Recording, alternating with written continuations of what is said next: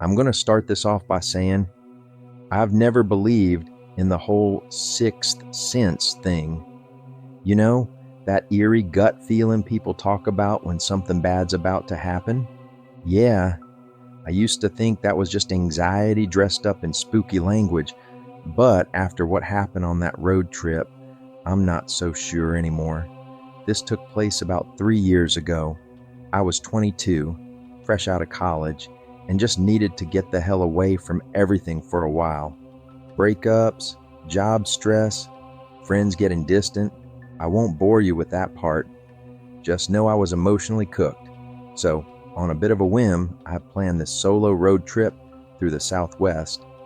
No real itinerary, just me, my beat up '09 Civic, and a bunch of downloaded playlists. The second night out, I found myself cutting across Arizona on this long, empty stretch of highway. Not the I-10 or anything major. This was one of those state routes that don't even have painted lines in places. I'd been driving for hours. No music, no radio signal, just the hum of tires and the occasional cricket chirp when I cracked my window. Around 1:30 a.m., I was somewhere between Payson and the New Mexico border, middle of nowhere. Phone service had been dead for the last 45 minutes, but that didn't bother me. What did start to bother me was my gas gauge. It had been dipping low, but I figured I'd pass through some little town soon. Spoiler, I didn't. Instead, I saw this weathered sign on the side of the road, white letters on a rusted green board, one of those old state signs you don't really see anymore.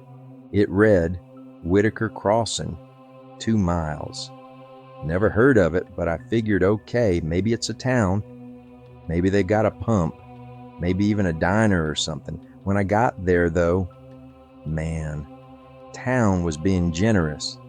It was more like 4 buildings, a boarded-up post office, a shuttered gas station with the old-style pumps that looked like they hadn't worked since the 80s, and this tiny, slanted church with a broken steeple.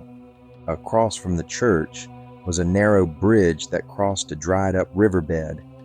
A crooked little sign by the bridge just said, "Don't stop on bridge," which naturally I ignored because right as I was pulling over in front of the gas station to figure out what to do next, I saw someone standing near the bridge. Now, this wouldn't normally be alarming. People exist. But this wasn't like a guy walking his dog or even a drifter taking a smoke break. This man, or what I thought was a man, was just standing there, perfectly still, dead center of the bridge, facing away from me. I blinked, rubbed my eyes.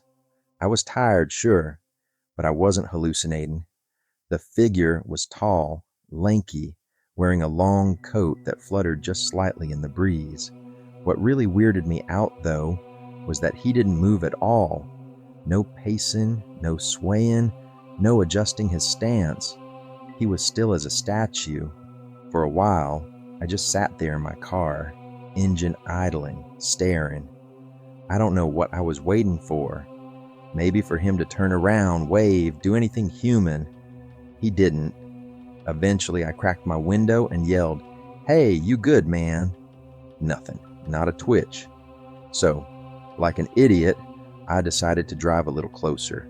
Not all the way onto the bridge, but just far enough to see if he was hurt, maybe in shock or something.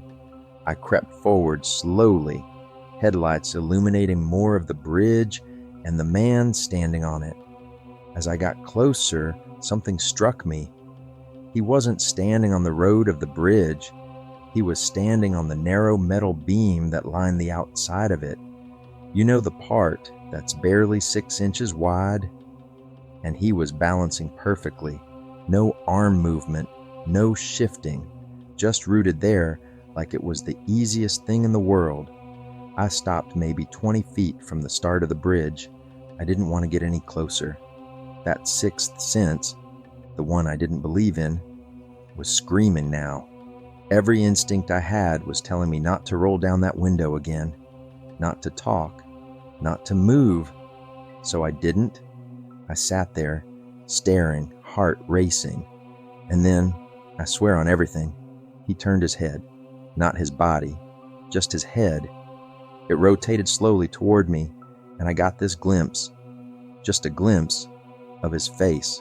But it was wrong, like off in some fundamental way. His mouth was too wide, or maybe his eyes were too close together. I don't even know how to describe it.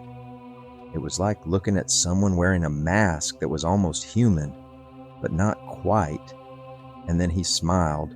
It wasn't friendly. It was like he knew I wasn't supposed to be there, like he'd been waiting for someone just dumb enough to stop.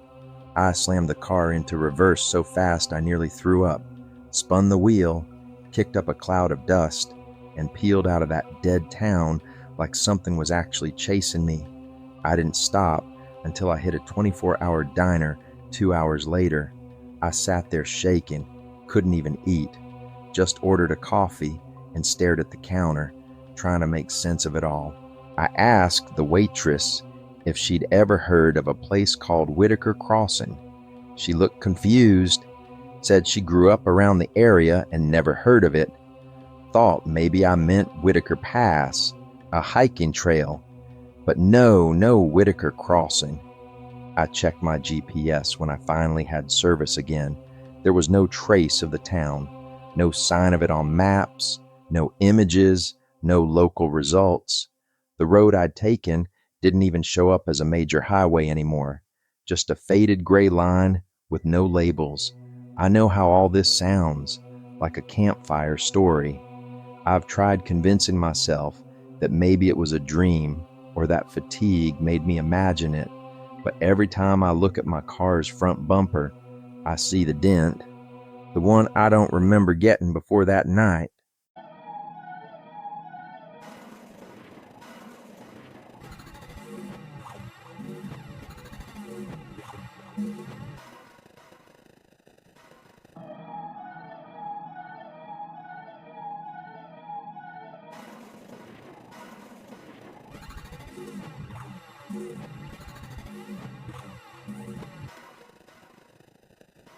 I want to preface this story by saying that I'm not new to road trips.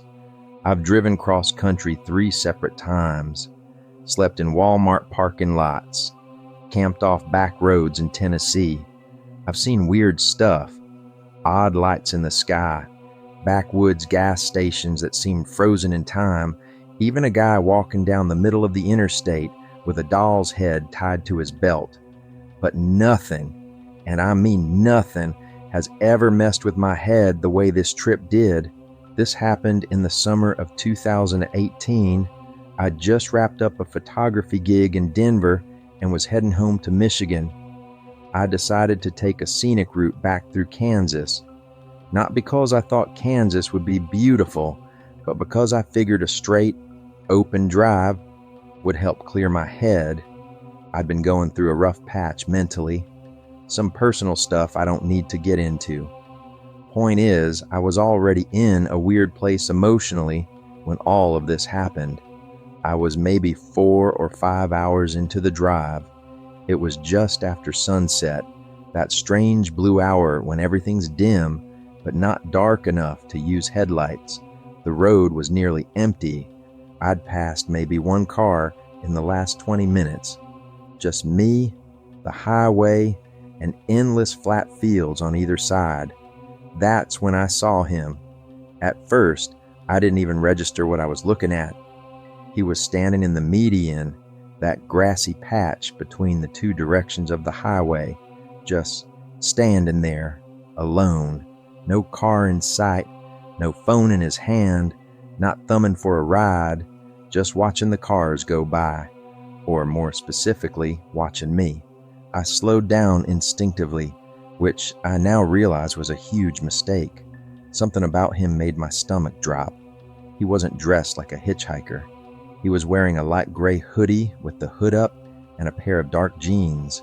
The clothes weren't dirty, no backpack, no visible injury, just clean, still, and out of place. I drove past him doing maybe 45. For a second I debated pulling over, just to check, just to ask if he needed help. But something primal in me said, no, keep driving. So I did. I checked my rearview mirror out of pure curiosity, and he was still watching me. No reaction, no movement, just his head turned slightly, eyes locked on my car as I drove away. It should have ended there. Creepy, sure, but not supernatural. Probably just a mentally ill guy wandering the median. Maybe he got stranded, but 20 minutes later, I saw him again. Same exact posture, same clothes, same blank stare. Only this time, he was standing further down the road. I didn't slam the brakes or anything. I just stared hard. How the hell did he get ahead of me? There were no exits, no frontage roads, no cars, nothing that could have allowed him to pass me. And unless the guy had a jetpack or a teleportation device, he couldn't have physically walked that far in 20 minutes, not through open fields. But there he was, just standing there, watching me again. This time, my skin prickled. It wasn't fear yet, more like a deep, gnawing discomfort, like my body knew something my brain hadn't caught up to yet. I kept driving, didn't look back this time, didn't even breathe for a while, but I kept thinking, if I see him again, I'm turning around. I'm done. Another 30 minutes passed. The sun had fully set by now. It was pitch black. My high beams were on, and sure enough, maybe 3 miles before the next town, there he was, standing at the edge of the road, just inside the cone of my headlights. This time, he wasn't in the median. He was on my side of the road, closer, so close that for a split second I saw his face, and that's the part I still lose sleep over, because he didn't have one. I don't mean it was injured or scarred or obscured by shadow. I mean there was nothing there, just smooth, pale skin where the features should have been. No mouth, no eyes, just blank, like a mannequin. I swerved, nearly running off the shoulder. My heart was hammering. My brain was scrambling to explain what I saw. Maybe it was a mask. Maybe I imagined it. Maybe the lights played tricks on me. But I knew what I saw, and I knew it wasn't a normal human being. I didn't stop until I reached a small 24-hour truck stop just outside Salina. I parked under the brightest floodlight I could find and sat there, engine running, trying not to throw up. There were a few truckers inside, a clerk behind the counter, and a diner next door. For a while, being around people helped. I told myself I was safe now. It was over until I went to the bathroom. I was splashing cold water on my face when I heard the door creak behind me. And when I looked up in the mirror, I swear on everything I love, he was standing at the urinals. Same gray hoodie, same posture, still faceless. I spun around, empty, not a soul there. I ran out of that truck stop so fast I nearly left my phone behind, jumped in my car, and drove straight through the night, all the way to Iowa before I finally stopped again. I didn't see him the rest of the drive, but I know what I saw, and I know what I felt. It's like something latched onto me that night, like I brushed up against something I wasn't supposed to, something ancient, something cruel. I don't even take road trips anymore. Hell, I barely leave the house after dark. And every so often, just every so often, when I'm stopped at a red light or parked late at night in my driveway, I swear I see a figure watching me from the other side of the street.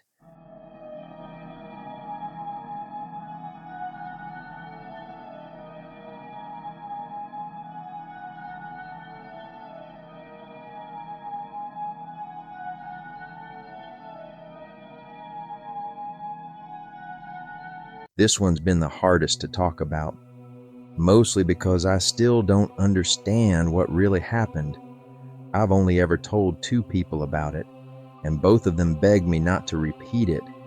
One of them cried, the other moved away a few weeks later, but I keep thinking, Maybe if someone else hears it, someone I don't know, maybe it'll make more sense, or maybe it'll stop it from happening to someone else. So here goes. This happened in 2021.